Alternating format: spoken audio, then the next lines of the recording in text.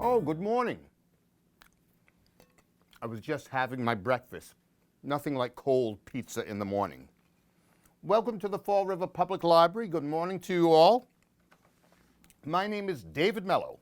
I'm the supervisor of Children's Services here at the Fall River Public Library, and I'm so delighted that you could join us for this morning's story time.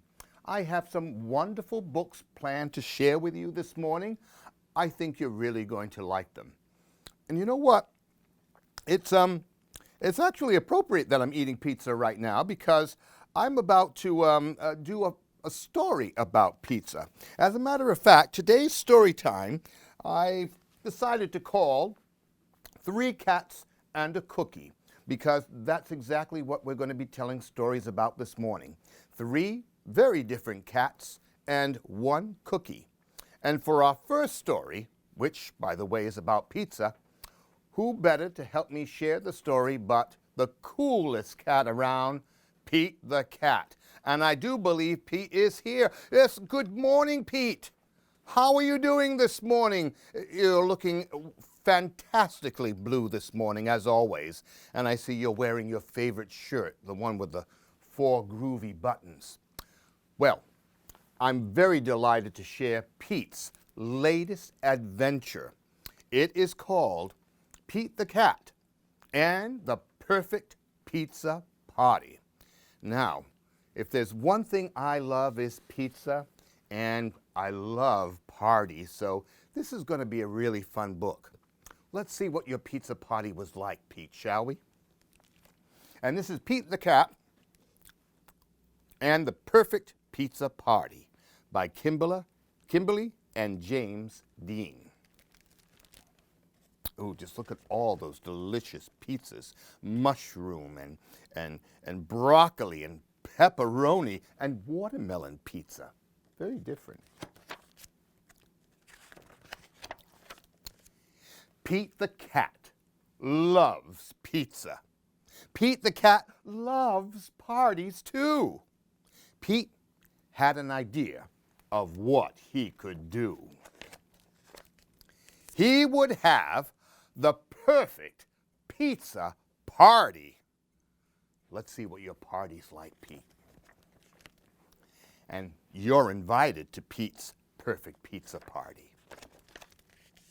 Pete's friends all arrived. It was time to build the perfect pizza together.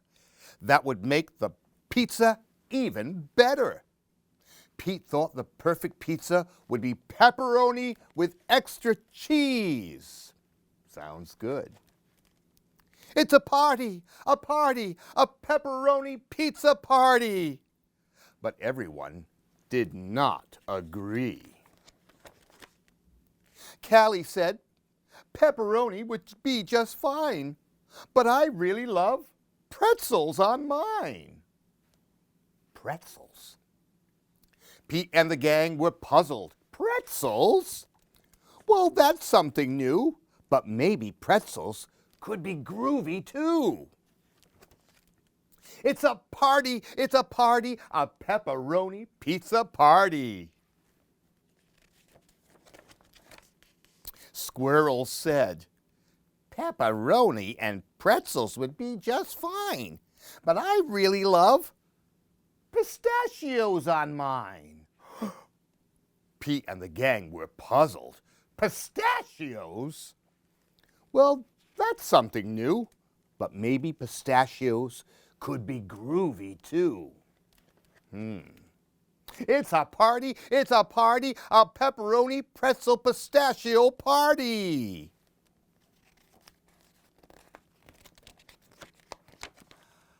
Grumpy Toad said, pepperoni, pretzels, and pistachios would be just fine, but I really love pickles on mine. Pete and the gang were puzzled. Pickles? Well, that's something new, but maybe pickles could be groovy too. Could be. It's a party, a pepperoni, pretzel, pistachio, pickle, pizza party. Gus said, pepperoni, pretzels, pistachios, and pickles would be just fine. But I really love popcorn on mine. Well, who doesn't like popcorn, right, Pete? Pete and the gang were puzzled. Popcorn? Well, that's something new, but maybe popcorn could be groovy too. It's a party, a pepperoni, pretzel, pistachio, pickle, popcorn party. Alligator said, pepperoni, pretzels, pistachios, pickles, and popcorn would be just fine. But I really love papaya on mine. Now, Pete and the gang were really puzzled. Papaya? Well, that's something new, but maybe papaya could be groovy too. It's a party, a pepperoni, pretzel, pistachio, pickle, popcorn, papaya pizza party. Pete and the gang piled the pepperoni, pretzels, pistachios, pickles, popcorns, and papaya on top. The pizza was so high that they had to stop. I don't think there's room for anything else on that pizza. Ding! The pizza was done. Trying something new might be fun. They all built up the courage to take a first bite. And the pepperoni, pretzel, pistachio, pickle, popcorn, papaya pizza was out of sight. Dynamite. Just right. In the end, the perfect pizza is a pizza shared with friends. And that could not be more true. And that's Pete the Cat and the perfect pizza party. Hey, Pete, I understand you're going to run off and make a perfect pizza right now, aren't you? Well, you have a good time. We'll see you later, Pete. Always a fun time when Pete the Cat drops by. Now, we have another cat story here for you this morning, and also a brand new book that we just received at the library. This is the first time I am reading it aloud in front of an audience. It is called Stretchy McHandsome. What a cool name for a cat, Stretchy McHandsome. And he is a rather fine-looking cat. Stretchy McHandsome by Judy Schockamner. The McHandsome clan was lively and large. They lived in a box with no one in charge. That's quite a big brood of cats. There was Fergus, McDougal, Binny, and Roy. Rue, Jamie, Callie, and Joy. And then there was Stretchy, the butterscotch boy. Now, Stretchy was different in more ways than one. He was stretchy and handsome and a soft bundle of fun.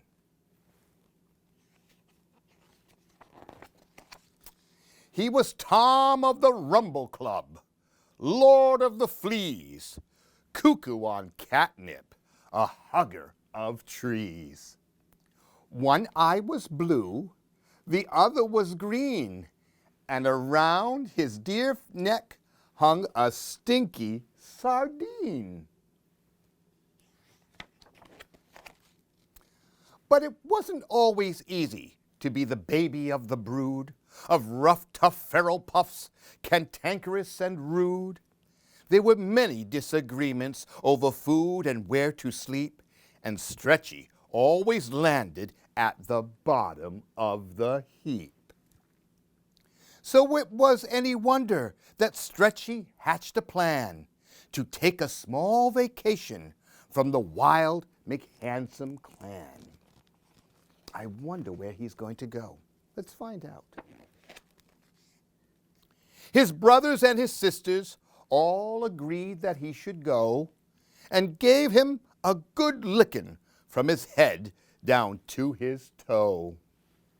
Then after a tasty breakfast of fishy bones and rocks, our butterscotch boy sprang out of the family box. The first thing he did, which to some could be frightening, was dash down the street like butterscotch lightning. He jumped into a fountain, splashed round and round, scratched 200 Stretchy marks all over the town.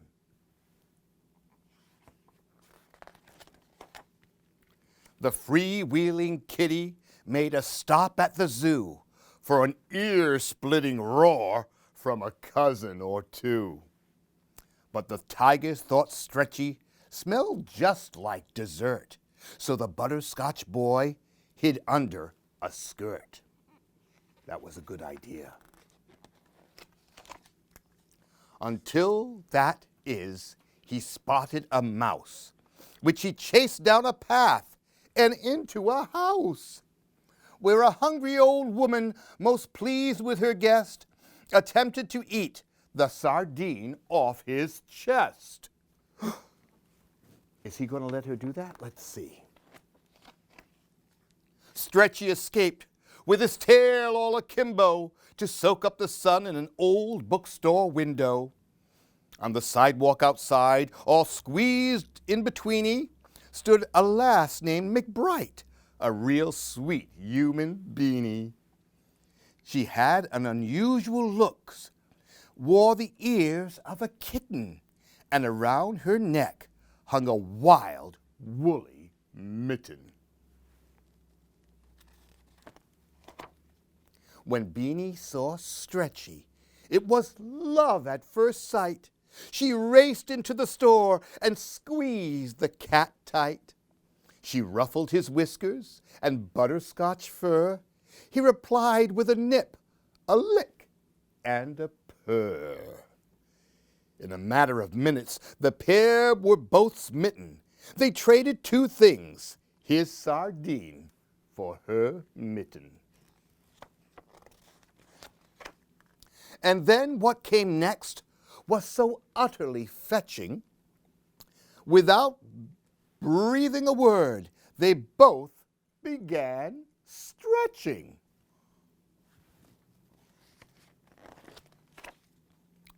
At the very same time, back at the box, McDougal found Stretchy's collection of rocks. It made them all wonder where Stretchy was at, 'cause it's scary out there for a wandering cat. Then every McHandsome handsomely hissed, and they set off in search of the brother they missed. I do hope they find him. Fergus found a tiny Pooh. Callie met the cousins. Binny spied a Stretchy mark. Rue discovered dozens. McDougal met a tired mouse. Jamie made a wish when Roy and Joy picked up the scent of a very stinky fish. I think they smelled that sardine around his neck, don't you? A tiny bit later, a girl and a cat were riding a seesaw and having a chat, while 2 streets away, 8 noses were seen sniffing the air for a stinky sardine. By late afternoon, the girl and her kitten had fallen asleep with a fish and a mitten. And when they woke up from taking their nap, Beanie McBright had 9 cats on her lap. There was Fergus, McDougal, Binny and Roy, Rue, Jamie, Callie, and Joy. And don't forget Stretchy, the butterscotch boy.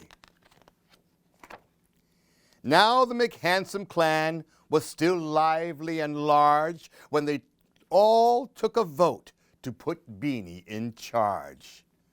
So the brothers and sisters did something quite hard. They lugged their old box into Beanie's backyard. Now here is the kicker. So don't flip your lids, because Beanie McBright was just one of 9 kids.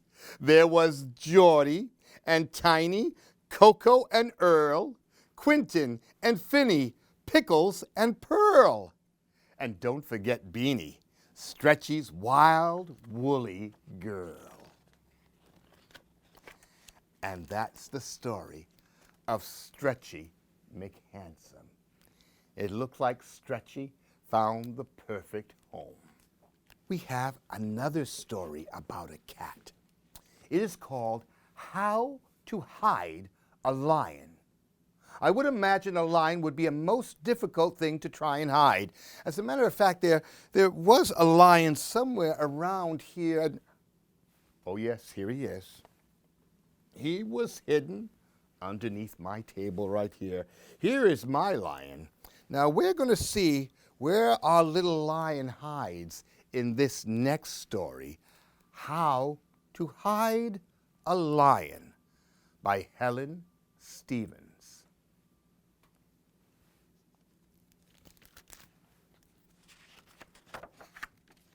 Now that is one big lion right there. I hope he's friendly. One hot day, a lion strolled into town to buy a hat. What a curious thing for a lion to look for. But the townspeople were scared of lions, so the lion ran away. He ran as fast and as far as he could and hid in a house in a garden. It was a playhouse, and it belonged to a small girl named Iris. "You can't hide there," said Iris, who wasn't scared of lions. "That house is too small for you." It is rather small. They went inside so Iris could hide the lion properly. They had to be quiet because moms and dads can be funny about having a lion in the house. The lion let Iris comb his hair, and he showed her his paws where he had stepped on something sharp. "I'll put a bandage on that for you," said Iris. It wasn't easy hiding a lion. He was just too big and too fluffy and too heavy, especially when he was asleep, and lions sleep a lot. Look over here, she's trying to hide him in the bathtub, and here under the bed, and here in the tree. But when no one was looking, the lion could come out and play. They did bouncies on the bed together. They just had to be careful not to be too noisy. One evening, Iris's dad said, "They still haven't found that lion." "I bet he's a kind lion," said Iris from behind the sofa. "Oh, there's no such thing as a kind lion," said Father. "All lions will eat you." The lion was worried, but Iris comforted him. Then she read him his favorite story. It was about a tiger who came to tea. He fell asleep halfway through because lions sleep a lot. And that was when everything went wrong. Iris heard her mom coming up the stairs, but she found it hard to wake up a sleeping lion. However, most lions will wake up if a mom screams at them. Ah! I think Mom was surprised. The lion raced out of the house. Can you see him running through the town? There he is, right down there. And he found a hiding place where he could still see Iris whenever she came into town. He's pretending to be a statue. Nobody noticed him. Not the townspeople, not even Iris, and certainly not the two burglars who broke into the town hall and stole every single thing, even the mayor's candlesticks. But the lion noticed them. With a huge roar, he leapt off his pedestal. Those robbers look scared, don't they? And stood on both of the burglars until the police came. All of the townspeople were amazed, except for Iris, who said, "I told you he was a kind lion." Now the lion was a hero. He didn't have to hide anymore. The townspeople held a special parade for him. The mayor said that he could have anything he wanted.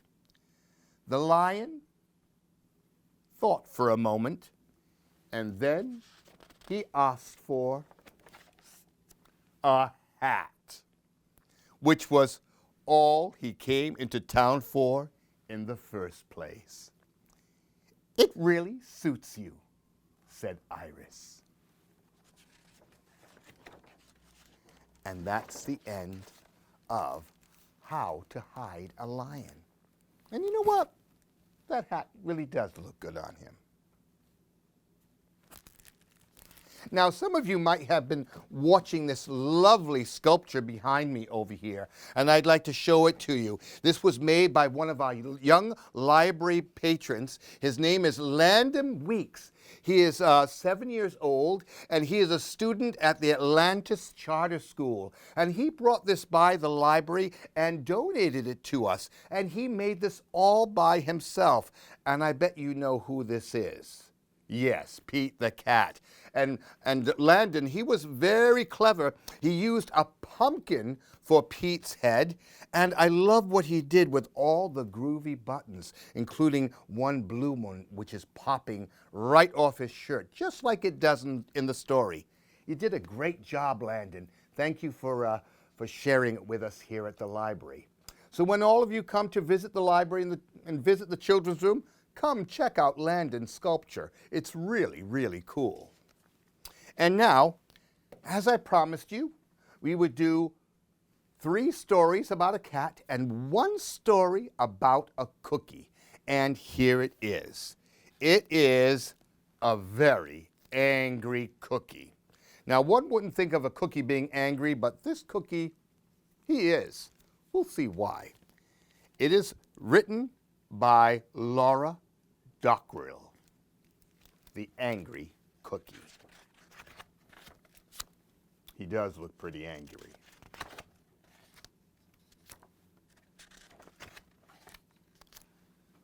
Oh, not you again. Oh, somebody's cranky first thing in the morning. Ah! It's so bright, my eyes. Close this book this very second, you nosy noodle. Don't even think about turning the page. Think I should turn the page? Now let's do it. I am warning you. I am very angry. And there is nothing you can do about it. You are so annoying. Mind your own business. Goodbye. The end. Boy, we ended the book already? Hello. Hint, hint. Meaning, go away. Close this book. Boy, he doesn't want to be bothered at all, does he? Oh, still here, are you? Well, well, well. I guess if you are planning on sticking around, perhaps I could tell you a little bit about why I'm so angry.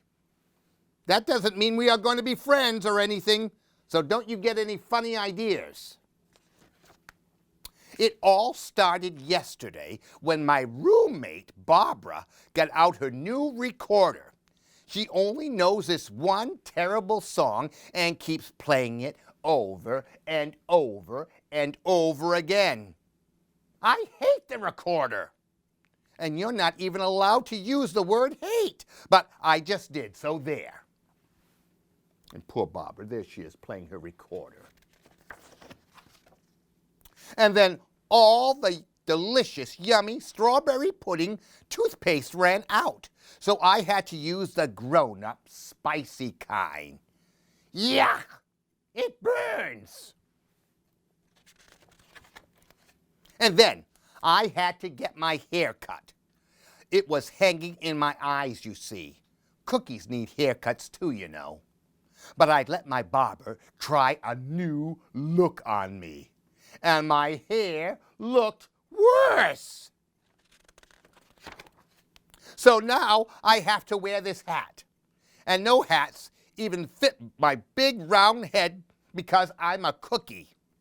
And they don't make hats for cookies, do they?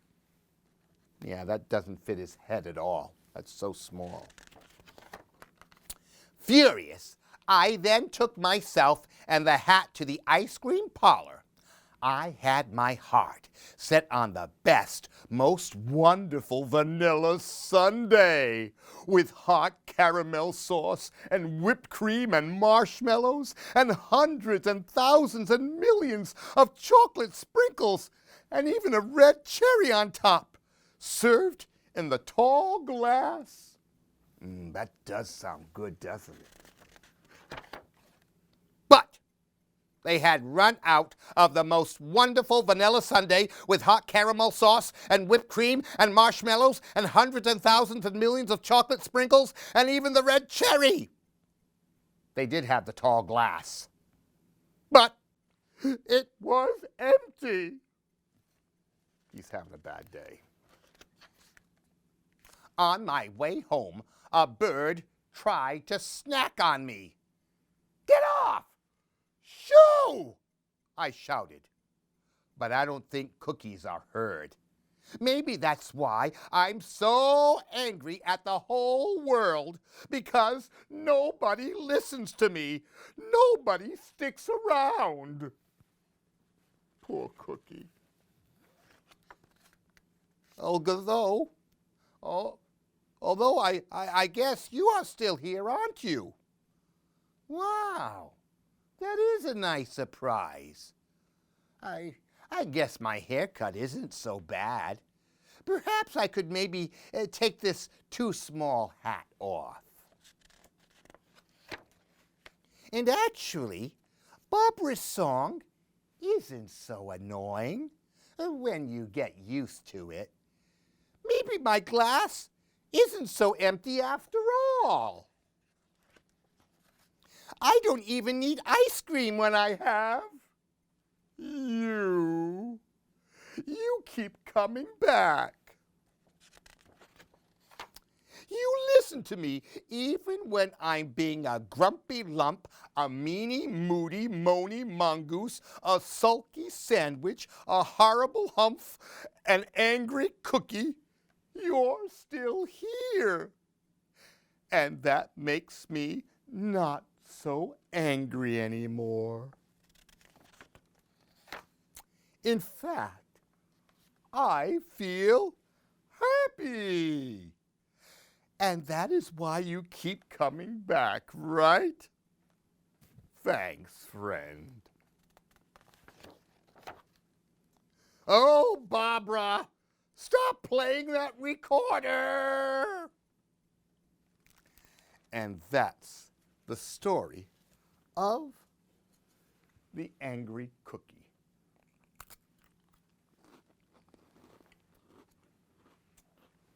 So, I hope you all enjoyed listening to our stories this morning, and go have yourself a cookie. Have a great day from the Fall River Public Library.